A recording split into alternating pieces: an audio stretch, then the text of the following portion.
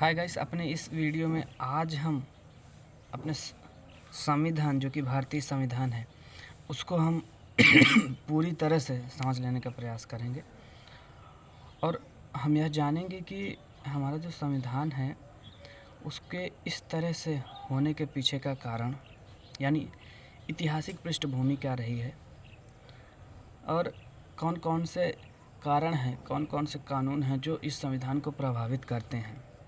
यह संविधान ना ही अत्यधिक लचीला है और ना ही ज़्यादा कठोर है, यानी बैलेंसिबल कह सकते हैं जो भारतीय संविधान है। और इसके जैसे मैंने कहा हिस्टोरिकल बैकग्राउंड को समझ लेंगे। हिस्टोरिकल बैकग्राउंड एक प्रकार से आधार है। किसी भी चीज़ को समझ लेने से पहले हमें उसके आधार को जान लेना बेहतर होता है। उसी प्रकार से संविधान को जानने से पहले हमें इसके ऐतिहासिक पृष्ठभूमि को जानना अति अनिवार्य है, क्योंकि जब हम इसके ऐतिहासिक पृष्ठभूमि को जानेंगे तो हम यह भी समझेंगे साथ ही साथ कि आगे की संभावनाएं क्या हैं। मतलब ऐतिहासिक पृष्ठभूमि के जानने के बाद हम आगे की संभावनाएं कर सकते हैं। हम ये भी बता सकते हैं कि संविधान किस प्रकार से बनना चाहिए, कैसे बनेगा, जो आज का संविधान हमें देखने को मिलता है।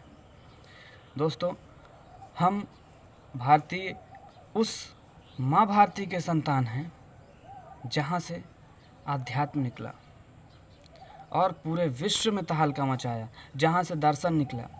दर्शन की जननी हमारी भारत माता रही है, अध्यात्म की जननी रही है। योग यहाँ से निकला, विश्वगुरु भारत को कहा जाता था। सोने की चिड़िया भी कहा गया उस समय।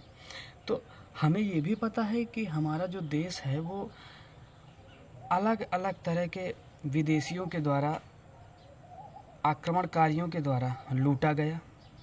कुछ ने लूट के यहाँ से अपने देश में ले गए।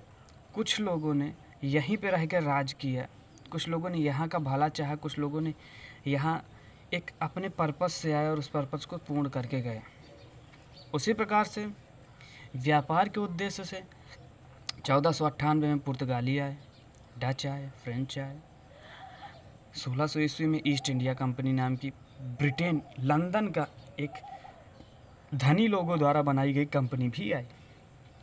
हम ईस्ट इंडिया कंपनी के बारे में संविधान के परिक्षेप में इसलिए पढ़ रहे हैं क्योंकि ईस्ट इंडिया कंपनी ने ना केवल व्यापार किया अपितु हमें आर्थिक और मानसिक रूप से गुलाम भी बनाया। और जो आज हम संविधान देख रहे हैं ये इन्हीं ईस्ट इंडिया कंपनी यानी लंदन के द्वारा जो एक कंपनी बनाई गई थी उसी के द्वारा चार्टर एक्ट्स, काउंसिल एक्ट्स और उन्हीं सब एक्ट्स के तहत एक 200 साल में बनाया हुआ धीरे धीरे धीरे सेंट्रलाइज्ड संविधान हमें आज देखने को मिलता है।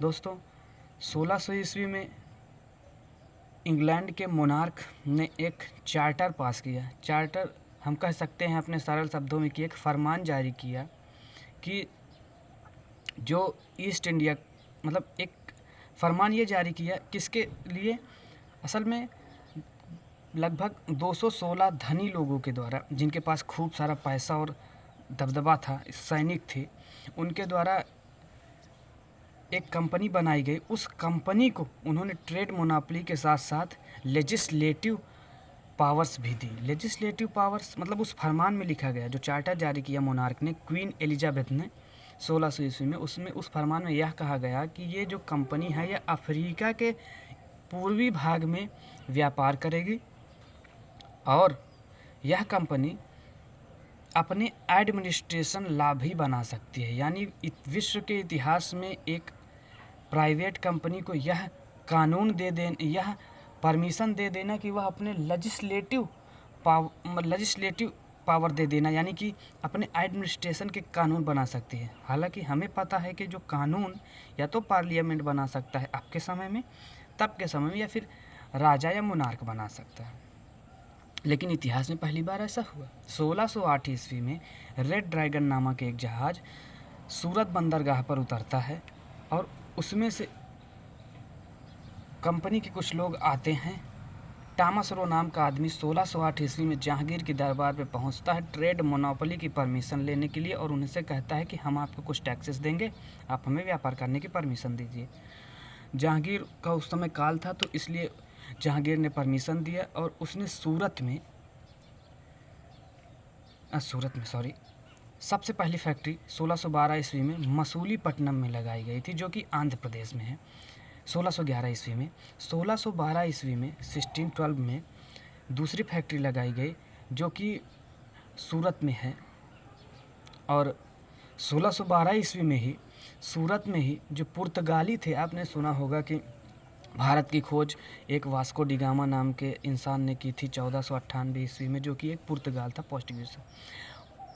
उन्होंने मसालों का व्यापार शुरू किया। इतने वर्षों से चली आ रही उनकी जो कंपनी थी, कह सकते हैं उसको, इस छोटी सी 216 लोगों की छोटी सी सेना की टुकड़ी के साथ, कुछ सेना की टुकड़ी के साथ हरा दिया जाता है। इससे बहुत ही ज़्यादा खुश होता है जहांगीर और इन लोगों को वो देता है, गिफ्ट्स वगैरह देता है कि लो भाई, तुम जो है बहुत बढ़िया काम किए हो, मतलब अच्छे आदमी हो, तुम्हारे पास दिमाग है युद्ध करने का।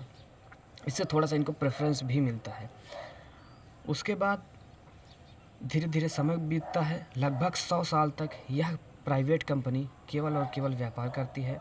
यहाँ से चाय, अफीम, स्पाइसेस और नील,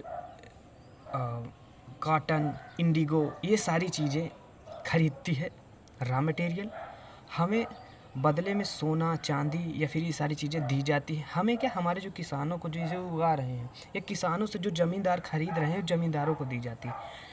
कुल मिला के कहने का मतलब ये है कि हमारी जो वेल्थ है वह इंक्रीज हो रही है, जो हमारा पैसा है वो बढ़ रहा है धीरे धीरे। दोस्तों, होता क्या है, उसके बाद सिराजुद्दौला नाम का एक व्यक्ति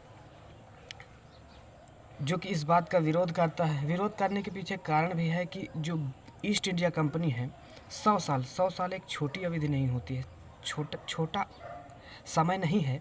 100 साल एक बहुत बड़ा समय है। उसमें ईस्ट इंडिया कंपनी व्यापार करने के साथ साथ अपना, चूँकि उन लोगों के पास पैसा तो था ही, और पैसा हो गया, तो इस वजह से वो सेना की टुकड़ी भी रखते थे साथ ही साथ। उन्होंने क्या किया कि कुछ कॉलोनलाइजेशन टाइप करने लगे, मतलब कि बाउंड्री खड़ी कर लेना इस जगह पे, और लोगों को हटा के वहाँ घुसने न देना, वहाँ के लोगों को परेशान करना, ऐसी चीज़ें थोड़ी मोड़ी करने लगे। सिराजुद्दौला नाम का एक व्यक्ति वहाँ पे जा कर के इनका जो फोर्ट विलियम बना हुआ था, वहाँ से 146 लोगों को पकड़ता है, हमला करता है, 146 सैनिकों को पकड़ता है। 6 लोगों वाली जेल में उन सबको कूट कूट के भर दिया जाता है। इसे हम कहते हैं ब्लैक होल ट्रेजेडी। मतलब 6 लोगों के रह सकने वाली जेल में 146 लोगों को भर देना, कि एग्जॉस्टेड के कारण ही लगभग आधे से ज़्यादा लोग मारे गए। और तो ये समझ लेने जरूरी कि पूछा जाता है डायरेक्ट क्वेश्चन कि ब्लैक होल ट्रेजेडी कब हुई और क्या है इसका पीछे का कारण, क्या है, पूछ सकता है किसने क्या। बैटल ऑफ प्लासी में अंग्रेज़ों ने सिराजुद्दौला को बहुत बुरी तरह हराया। उसके सिराजुद्दौला के कोई दामाद थे शायद, मीर जाफ़र के साथ मिल करके अंग्रेज़ों ने उल्टा उसको हरा दिया। उसके बाद अंग्रेज़ों ने जब हराया तो अंग्रेज़ों के पास थोड़ा सा पावर मिला। आगे वीडियो में बाद में बताऊंगा, क्योंकि वीडियो बहुत ज़्यादा बढ़ गई है।